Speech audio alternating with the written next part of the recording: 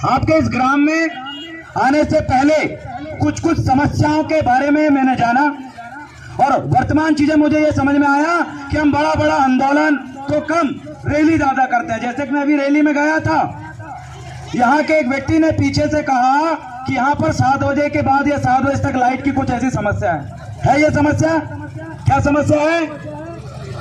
Light की समस्या है ना, सबकी है कि नहीं? जोर से बोलो, है? ये रैली जो तुमने यहाँ से वहां तक निकाले ना, ये रैली खमार पानी में उन जो बिजली विभाग के अधिकारियों के सामने निकालते तो ये समस्या तुम्हारी वहीं सॉल्व हो जाती, वहीं सॉल्व हो जाती। कब, कहां और कैसे पब्लिक इकट्ठा करना, आंदोलन करना है, पहले आपको ये समझना पड़ेगा। हमारी माताएं बहनें जो अभी उपास होंगे, आप उधर उपास हो, वही उपास आपकी अगर कोई दूसरी समस्या होगी तो यही उपास आप जाकर वो अधिकारी के कार्यालय के सामने आप बोलो कि हम उपास है, जब तक समस्या दूर नहीं करोगे तब तक उठेगा नहीं। मैं बताता हूं आपको, उस उपास में जरूर आपकी समस्या का समाधान होता।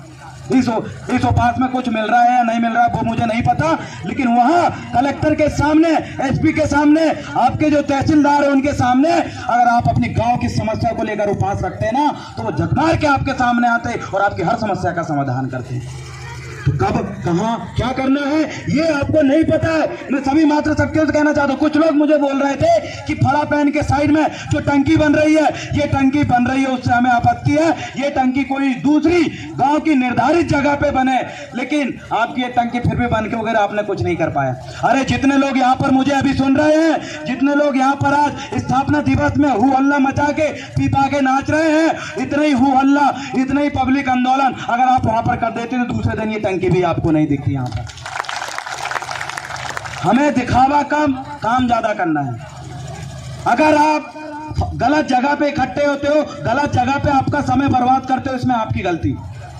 दूसरी चीजें, आज सामाजिक ये मंच है इसलिए मैं खुलकर बोलूंगा कि वर्तमान सरकार, हमारे मध्य प्रदेश के जो मुख्यमंत्री है उनका एक बयान आया कि आदिवासियों को दारू को लेकर बहुत सारी छूट दी जाएगी और जो फालतू को जो केस डले उनको हटाए जाएंगे। तो मैं पूछना चाहता हूं, मैं बोलना चाहता हूं कि मेरे गांव में रहने वाले जो आदिवासी हैं उनको दारू की इतनी सारी आप छूट दे रहे हो। कुल मिला के आप ये कहना चाहते हो कि आदिवासी युवा, ये आदिवासी मातृशक्ति और ये आदिवासी लड़के छिंदवाड़ा में, मध्य प्रदेश में बड़े बड़े स्तर में इतना बड़ा बड़ा आंदोलन करने लगे हैं। बड़े स्तर में ये लोग अपने समाज की आवाज उठाने लगे हैं और ये बड़े स्तर में इतने लोगों को इकट्ठा कर लेते हैं कि हमारे वर्तमान के विधायक और सांसद भी जितनी पब्लिक इकट्ठा नहीं करते उतना गोंडवाना के लड़के पब्लिक इकट्ठा कर लेते हैं। उनको डर हो गया है कि ये लोग, इनकी एकता, ये 10 लाख जो आदिवासी छिंदवाड़ा जिले में रह रहे हैं, कहीं इन 10 लाख आदिवासी अगर एकदम से जाग गए, ये 10 लाख छिंदवाड़ा जिले के आदिवासी अपने हक अधिकार को जान गए और ये 10 लाख आदिवासी अपने समाज को एक कर लिए, तो 10 लाख आदिवासी जिस दिन छिंदवाड़ा में उतर जाएंगे तो ये तो राजनीति को भी बदल देंगे। इस वजह से आपको वो बोल रहे हैं, इस वजह से वो कह रहे हैं कि आपको नेतागिरी करने की जरूरत नहीं है, आपको एक होने की जरूरत नहीं है, आपको अपने हक अधिकार के लिए कुछ करने की जरूरत नहीं है। अरे तुम लोगों को दारू को लेकर मैं छूट देता हूं, कच्ची दारू की छूट देता हूं, ये कह रहे हैं हमारे मुख्यमंत्री कि तुम पियो, बिगड़ो, झगड़ा करो और झगड़ा करके तुम जेल जाओ और जेल में जाके यहाँ हमारे खमार पानी बिछुआ के लोग वहां चक्की पीस रहे हैं, मैंने अपने आंखों से देखा हूं, झाड़ू पोछा लग रहा है, जेल में लट पड़ रहा है उनको। तो क्या है ना, इस आदिवासी समाज को दारू की कई प्रकार से छूट देकर आप हमारे नए बच्चों को पियक्कड़ बनाना चाहते हो, नशेड़ी बनाना चाहते हो, गंजड़ी बनाना चाहते हो, आप विनाश चाहते हो। अगर विकास की अगर बात होती तो मैं ये छिंदवाड़ा जिले के 10 लाख आदिवासी आज एक साथ आवाज उठा के हम ये कहना चाह रहे हैं। आज ये गांव कौन सा गांव?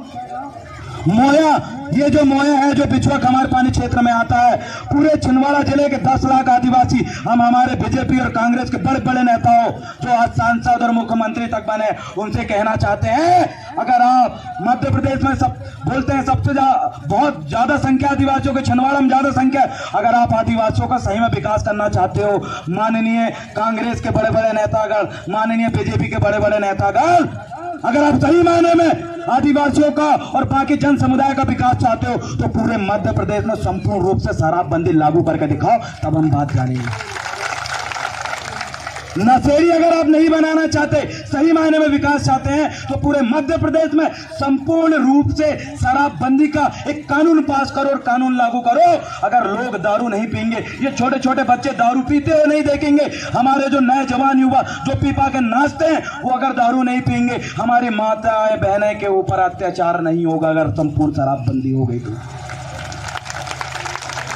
मैं तो कहना चाहूंगा कि एक उपास आप पूरे मध्य प्रदेश में संपूर्ण रूप से शराबबंदी को लेकर लगवाइए। जिस दिन आपने ये उपास रह लिया शराबबंदी के लिए, मैं आपको गारंटी देता हूं, दारू पी के जितने लोग बिगड़ रहे हैं, दारू पीकर जितने अन्याय अत्याचार हो रहे हैं, दारू पीकर जितने बलात्कार हो रहे हैं और दारू पीकर जितने एक्सीडेंट हो रहे हैं, कुत्ते की मौत जो लोग मर रहे हैं, वो सब 50% से ज्यादा ये फालतू के जो बलात्कार और एक्सीडेंट जो हो रहा है, ये होना बंद हो जाएंगे जिस दिन संपूर्ण रूप से दारूबंदी हो गई, नशाबंदी हो गई। दूसरी चीज मैं आपसे कहना चाहता हूं, माताएं बहनें, जितने भी मोया और दूर दराज से हमारे सगा समुदाय, सगा जन, सगा साथी आए हैं, अपने हक और अधिकार के लिए आंदोलन करो। आपके हक अधिकार आपको ज्ञापन लिखने से या फिर सिर्फ किसी विधायक के चरणों में गिरने से नहीं मिलने वाले। अरे हमारे पुरखे हमेशा कहे गए कि हक और अधिकार जो है मांगने से नहीं मिलते, छीनना पड़ता है। तो हक अधिकार के लिए आपको छीनना पड़ेगा, छीनने के लिए तैयार हो तो आपको मिलेगा। कोई भी हक अधिकार की बात करो, आपकी गांव की समस्या के लिए बात करो, आप अपने बच्चियों को लेकर निःशुल्क एजुकेशन की आप बात करो, आप प्रधानमंत्री आवास के नाम पर जो बड़े बड़े लोग जो गांव में रहते हैं, अपने अपने रिश्तेदार के घर बनवा दिए प्रधानमंत्री आवास से, और बाकी लोग आज मिट्टी के घर में रह रहे हैं, उसके लिए आप आवाज उठाओ। आपके गांव में कई लोगों के बीपीएल कार्ड में जिनका नाम जुड़ा होना चाहिए, उनका नाम बीपीएल में नहीं होता। जिसके पास ट्रैक्टर है और कई की खेती, उनका नाम बीपीएल में, और जो मजदूरी कर रहा है उसका नाम बीपीएल में नहीं है। उसके लिए आपको आवाज उठाना पड़ेगा। आपके गांव में पंचायत दर्पण एप्लीकेशन है, पंचायत दर्पण एप्लीकेशन को मोबाइल में इंस्टॉल करो और उसमें आप किस जिला से हो, किस ब्लॉक से हो, वो डालो और आपके गांव का नाम, पंचायत का नाम डालो। उस पंचायत दर्पण एप्लीकेशन में आपके सरपंच सचिव से लेकर सहायक सचिव से लेकर कितना पैसा फंड में है, कहां कहां खर्च किया है, किस व्यक्ति के अकाउंट में गया है, ये संपूर्ण जानकारी आपको मिलेगी। आपके गांव का भी विकास होगा और पूरे जनता जो है खुश रहेगी। ये इसके लिए आपको आवाज उठाना पड़ेगा, नहीं तो कुछ नहीं मिलने वाला। मैं आपसे ये यहाँ आग्रह करना और मैं कहना चाहता हूँ, आयुष्मान कार्ड के नाम पर बड़ी बड़ी योजना चलाई गई, लेकिन जब हमारे गांव के लोग बीमार पड़े, छिंदवाड़ा हॉस्पिटल में गए इलाज करवाने के लिए और बोले उस कोरोना के समय, और अभी फिर तीसरी लहर आ रही, उस समय गए, बोले कि हमारी आयुष्मान कार्ड है, हमारा निःशुल्क इलाज करो। मैं आपको बता दूं, ये योजना ऊपर ही लागू होती है, करोड़ों रुपए उसमें खर्च कर देते हैं। जब जमीन में आयुष्मान कार्ड लेके हमारा व्यक्ति हॉस्पिटल जाता है, प्राइवेट हॉस्पिटल, आनंद हॉस्पिटल जाता है, वहां जब आयुष्मान कार्ड दिखाकर निःशुल्क इलाज की बात करता तो उनका इलाज नहीं होता है। ऐसी योजनाएं सरकार चला रही है आपके लिए। जीरो है, विकास कम, विनाश ज्यादा है, तो दिखावा, इसके लिए आवाज उठाइए। कोई भी योजना हो सरकार की, जिस योजना को आपको लाभ नहीं मिल रहा है, अरे हम नेता नहीं है, हम पढ़ने लिखने वाले लड़के हैं, हम LLB कर रहे हैं और पढ़ रहे हैं, समाज सेवा भी कर रहे हैं। अरे हम पढ़ने, लड़ने और जीतने वाले कौम के लड़के हैं। हम शांत बैठते नहीं, अन्याय हम सहन करते नहीं। हम कोई नेता नहीं है, ना मैं कोई पार्टी का व्यक्ति हूं, मैं स्वतंत्र रूप से काम करता हूं और खुल के काम करता हूं। और मेरे साथ आज छिंदवाड़ा में 1 लाख से ज्यादा युवा लड़के मेरे साथ जुड़े हुए हैं। किसी प्रकार का कहीं पर भी अगर अन्याय अत्याचार होता है, शासन प्रशासन अगर सुनती नहीं है, पूरे 1 लाख लोगों को खड़ा कर देंगे, लेकिन न्याय जरूर लेंगे। हमारी पावर है। आज के इस दिन में मैं कुछ ज्यादा बोलने नहीं आया हूं, बोलने तो बहुत कुछ आया था, लेकिन कहीं ना कहीं हमारा समय ज्यादा हो चुका है। हमने आधे से ज्यादा समय रैली में निकाल दिए, हमारे आधे से ज्यादा लोग रैली करके और वापस घर चले गए। तो आपसे पुनः आग्रह मैं करता हूं, अब समय आ चुका है एक होने का, अब पावर दिखाने का समय आ चुका है। छिंदवाड़ा के आदिवासियों के साथ या पूरे मध्य प्रदेश के आदिवासियों के साथ जो गलत हो रहा है, हम बोले चाहिए। अब बात आती पट्टे की, इधर बहुत सारे फोन आए, अरे बोले हमको पट्टा चाहिए, ये वन विभाग वाले ने हमारी जमीन को वो कर लिया, मकान तोड़ दिया, हमें पट्टा नहीं दे रहा है, या फिर हम जिसमें फसल उगाते थे पिछले 2-3 पीढ़ी 4 पीढ़ी से हम जिसमें फसल उगाते थे, वो पूरी जमीन जो वन विभाग ने ले लिया। तो आपसे मैं आग्रह करना चाहूंगा, मैं निवेदन करना चाहूंगा कि जो बिछुआ क्षेत्र है वो 5वीं अनुसूचित क्षेत्र है। आप इस क्षेत्र के जल जंगल जमीन के मालिक हो। कौन हो आप? जल जंगल जमीन के कौन हो? ये मालिक भाई ट्रैक्टर कुछ देर खड़े कर दे यार। खड़ा कर दो, कार्यक्रम चल रहा है। और किसी का कार्यक्रम रहता ना जाने नहीं देते, 5 मिनट रुक जाओ, मैं इतने देर के लिए आया हूँ यहाँ पर। इसलिए बोलता हूँ कार्यक्रम कर रहे हो ना सिस्टमेटिक जगह पे करो। मैं बार बार यहाँ के युवाओं को समझाया हूँ, कार्यक्रम की एक रूपरेखा होती है, समिति होती है, टाइम होता है। अगर आप ये सभी चीजों का इस्तेमाल नहीं करोगे तो हम पीछे पिछड़ते जाएंगे। व्यवस्था होनी चाहिए, यहाँ लोगों को परेशानी ना हो, ऐसी जगह में कार्यक्रम किया। बहुत सारे लोग यहाँ पर परेशान हो रहे हैं। व्यवस्था आप जमाइए। मैं बात कर रहा था पट्टा की। जिन लोगों को पट्टा नहीं मिला है और वो इधर पिछुआ क्षेत्र से 5वीं अनुसूचित क्षेत्र है, और 5वीं अनुसूचित क्षेत्र में जो आदिवासी है, जल जंगल जमीन का मालिक होता है, कौन होते हैं? हमारे मध्य प्रदेश के मुख्यमंत्री जो वे कह रहे हैं कि आदिवासियों को मैं पट्टा दूंगा। अरे आदिवासियों को आप पट्टा दोगे? अरे आदिवासी तो इस जल जंगल जमीन का मालिक है। मालिक की जमीन से तुम उसी मालिक को पट्टा देने की बात कर रहे हो। पढ़िए 5वीं अनुसूची, लगवाइए यहाँ पर प्रशिक्षण, आपके जो नेता है उनके माध्यम से लगवाइए कि 5वीं अनुसूची को लेकर हमारे जो गांव के बच्चे हैं, बच्चियां हैं, इनको प्रशिक्षण दीजिए। क्या है? वन अधिकार अधिनियम 2006, वन अधिकार को लेकर, पैसा कानून को लेकर प्रशिक्षण दीजिए। अगर आप इन पे समय लगाएंगे तो आपके साथ सही होगा और आपका परिवार, आपके बच्चे पढ़ेंगे लिखेंगे, बड़े बड़े IAS IPS अफसर बनेंगे, आपके जो बच्चे बड़े बड़े नेता बनेंगे, आपके बच्चे खेल के विभाग में नेशनल इंटरनेशनल स्तर पे जाएंगे, आपके जो बच्चे बड़े बड़े व्यापारी बनेंगे। कब? जब आप इस पब्लिक को प्रशिक्षण की ओर मोड़ोगे, जब इस पब्लिक को शिविर की ओर मोड़ोगे, जब इस पब्लिक को बंद कमरे में आप उनको समझाने का काम करेंगे, जब आप समझ में आएगा। क्यों?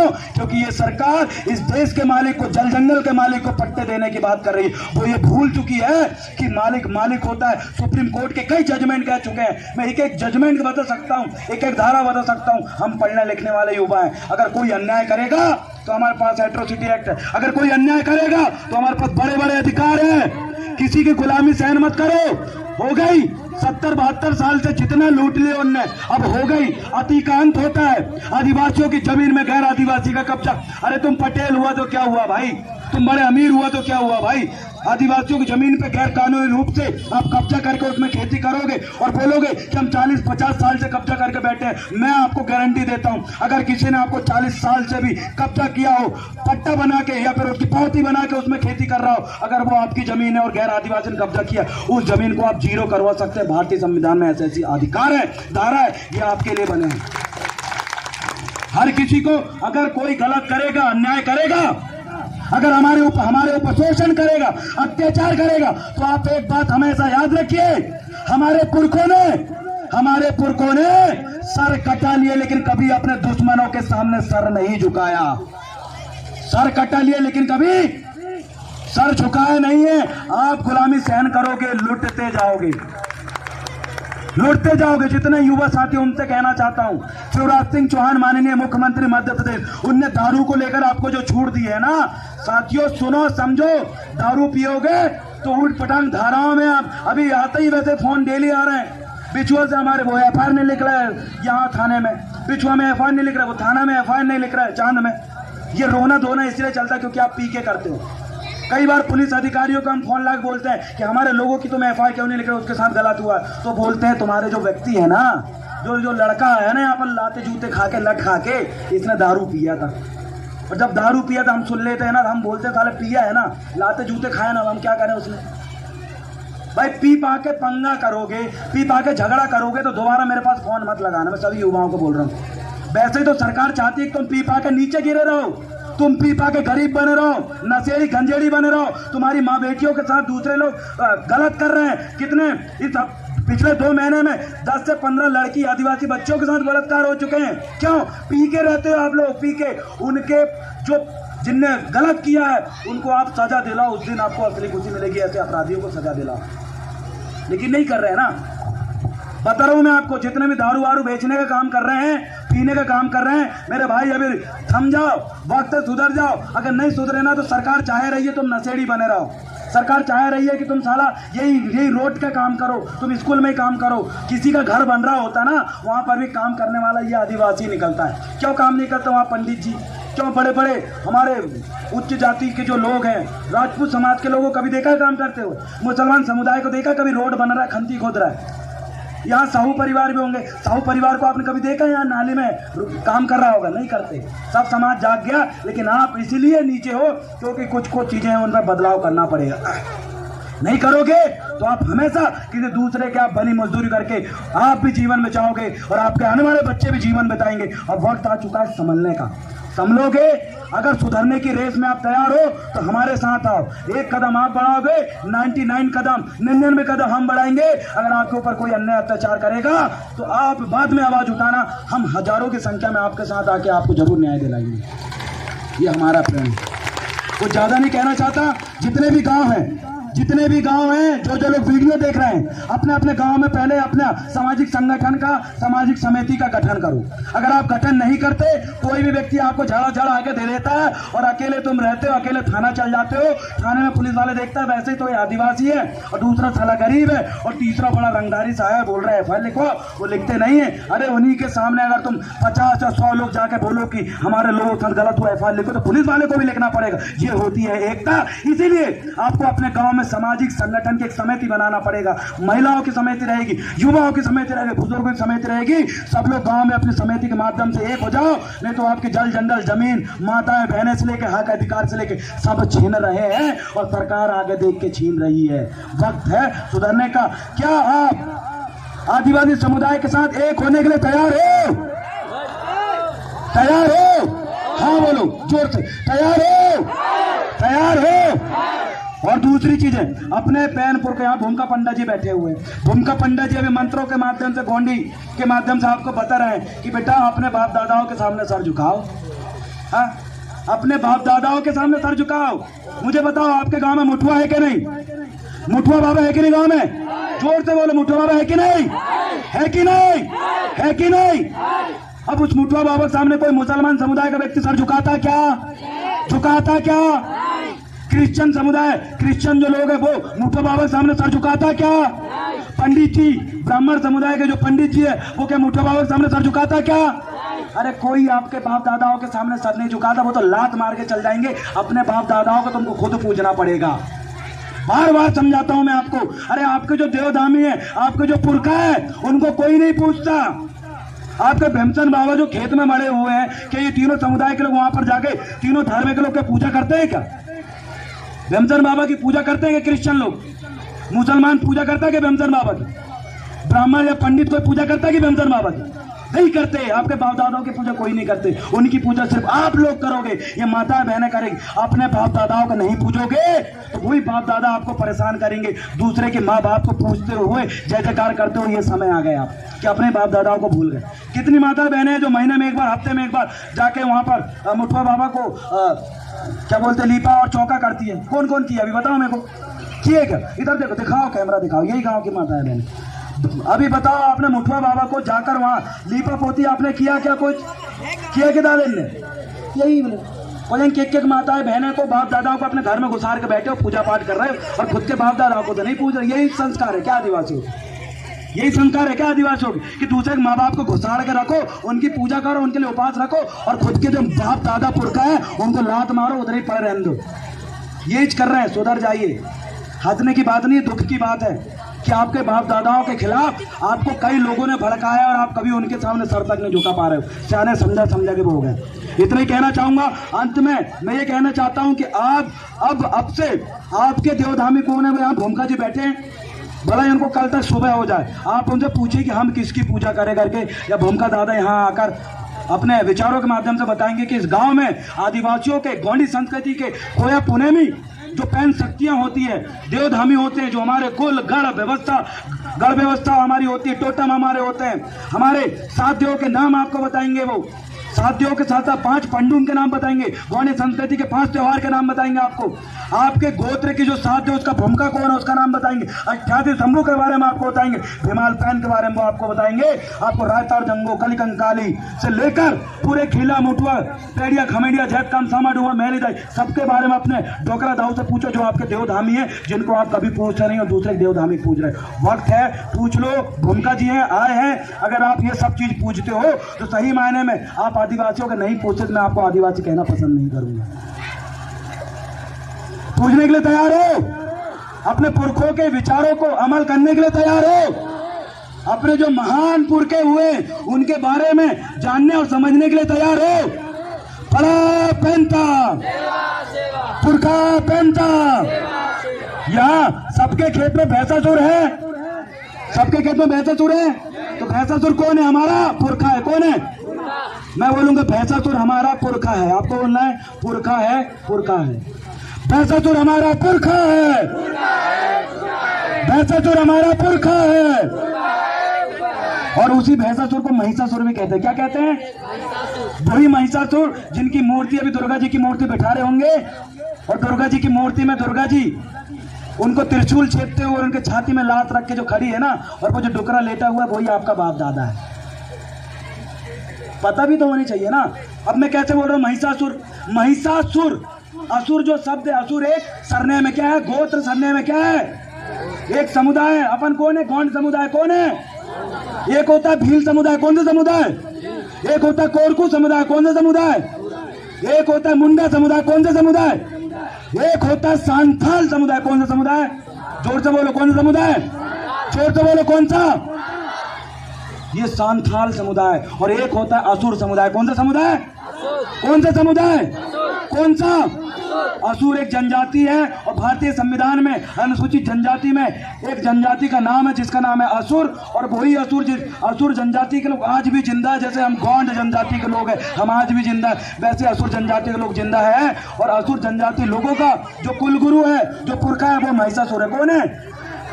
महिषासुर। असुर जो है हमारी जनजाति में आता है, आदिवासी का सरनेम है असुर। और वही असुर को अभी अपमानित रूप में आपको दिखाया गया है। अब देखो आपके डोकरा डुकरी की, आपके पुरखाओं की क्या हालत हो गई है। बहुत बुरी हालत में। पता होनी चाहिए हर जानकारी। अगर आपको पता नहीं है तो असुर समुदाय के लोगों को पता करो कहाँ कहाँ रहते हैं। आपको छत्तीसगढ़ में मिल जाएंगे, आपको पश्चिम बंगाल में मिल जाएंगे असुर लोग। मेरा एक दोस्त का नाम है, मेरा एक दोस्त है सुभाष असुर, और एक लड़की है जो मेरे से फेसबुक में जुड़ी हुई है, सुषमा असुर। क्या? सुषमा असुर से मैंने पूछा ये महिषासुर कौन है? बोले हमारे सियाने पुरखा है, 14 परगना के राजा थे। बोले महिषासुर कितने परगना के? 52 57 परगना में 14 परगना का जो महाराजा था वो था कौन? महिषासुर। कौन था? और महिषासुर 14 परगना का राजा था। और जो महिषासुर है वो लगातार वहां के जो लोग रहते थे उनके ऊपर जो चोर लुटेरे लोग आकर आक्रमण करते थे उनको बचाने का काम करता था। ये किसने बताया? उसी असुर समुदाय की जो बच्ची है, पढ़े लिखे युवा है, डोकरा दाऊ, उनने बताया कि ये जो महिषासुर था, ये महिषासुर था जो लुटेरे लोग जो आते थे उनको सबक सिखाने का काम करता था। महिषासुर एक शांति कायम करने वाला राजा था। महिष मतलब होता है राजा। 177 बुद्धिमान सलाहकार महिषासुर के पास थे। कितने? जोर से बोलो, 177। जोर से बोलो इधर, 177 सलाहकार महिषासुर के पास था। और महिषासुर का जो किला है, गढ़ है, वो आज भी, गोंडवाना का जो किला गढ़ महिषासुर का आज भी है। और साथ में महिषासुर जो था राज्य के प्राकृतिक संसाधनों को भरपूर रखने के लिए काम करता था। महिषासुर के राज में कोई भी अंधाधुंध पेड़ नहीं काट सकता था। महिषासुर के राज में कोई भी प्रकृति को नुकसान पहुंचाने वाला कोई भी गलत काम नहीं कर सकता। इतने नियम कानून थे। मैं बहुत सारी चीजें मेरे को पता है, महिषासुर के बारे में हमने बहुत डीपली अध्ययन किया, इसलिए हम महिषासुर को अपना पुरखा कहते हैं। और जो असुर जनजाति हैं, उन आदिवासी जो समुदाय के लोग हैं, जो असुर समुदाय के लोग हैं, वो हमारे भाई हैं। और उनके साथ मिलकर हम हमारे महान पुरखों का सम्मान करते हैं और लगातार करते रहेंगे। पुरखा पंथा, महिषासुर पंथा, महिषासुर पंथा। बहुत बहुत धन्यवाद। और यहाँ जितने लड़के लोग खड़े थे, जो चीज मैंने बोला हूँ, एक एक चीज दिमाग में रहना चाहिए, या जाकर अभी घर जाकर लिख लेना। और जो चीज मैंने बोला हूँ ना, पब्लिक कहाँ इकट्ठे करना है, सही मायने में उपास कहाँ रहना है, हमारे पुरखा कौन है, और दारू को लेकर नए नए कानून बनाने के पीछे सरकार की क्या मंशा है कि आप दारू को लेकर खूब बनाओ, खूब पियो, मतलब नशेड़ी बनने वाली योजना क्या है। आपकी आयुष्मान कार्ड जो बना है उसके अंतर्गत इन्होंने कोरोना के समय में इलाज क्यों नहीं करे। हमारे लोगों की खेती जेवरात से लेकर सब बिक गए, लेकिन वो योजना उस समय काम नहीं आई। और फिर से ज्ञान दे रहा है इधर लोग बाग नेता लोग, आयुष्मान कार्ड बनाओ, ये कार्ड बनाओ, संबल वाले कार्ड बनाओ। और जब बात आती है उसके फायदा लेने की, तो ये लोग दूर बैठा देते और उसका फायदा नहीं मिलता। जागरूक हो जाए, इतना कहकर अपना स्थान ग्रहण करूंगा। और छोटे से मैं कुछ लाइन बोलूंगा। हाँ, नहीं, मैं नवरात्रि और बाकी त्यौहार के बारे में नहीं समझा। वो भैया वो कमरे के अंदर, और दूसरे लोगों को बुरा लगे, मैं किसी धर्म का अपमान नहीं करता, ना मैं अपमान करना भी नहीं चाहता। सब मेरे भाई हैं, मैं चाहे हिंदू हो, मुस्लिम हो, क्रिश्चियन हो, मैं सबके साथ बैठता हूँ, सबके साथ व्यवहार रखता हूँ। उनका धर्म उनके साथ, उनका संस्कृति अच्छा है तो मेरा संस्कृति बहुत अच्छा है मेरे लिए, उनका धर्म अच्छा है तो मेरे लिए मेरा धर्म बहुत अच्छा है। तो भाई उनका भी अच्छा, हमारा भी अच्छा। पहले हम अपने बारे में तो जान लें, अपने बारे में शुरू पता है नहीं है, और ले दे के दूसरे के संस्कृति पर उंगली करने वाला काम हम नहीं करते। इसलिए खुद के बारे में पहले 100% जान लो। मैं कहूँगा बहुत सारे युवा साथी कान खोलकर सुनो, देश के नौजवान कान खोलकर सुनो मेरे विचार, देश के नौजवान कान खोलकर सुनो मेरे गणमाना भूभाग के नौजवान। अपने देश की संस्कृति है सबसे महान, अपने देश की संस्कृति है सबसे महान, अपनी गोंडी संस्कृति है सबसे महान। बहुत बहुत धन्यवाद। सेवा सेवा सेवा जवाहर। आप लोगों ने मुझे सुना, बहुत बहुत धन्यवाद। सेवा जवाहर।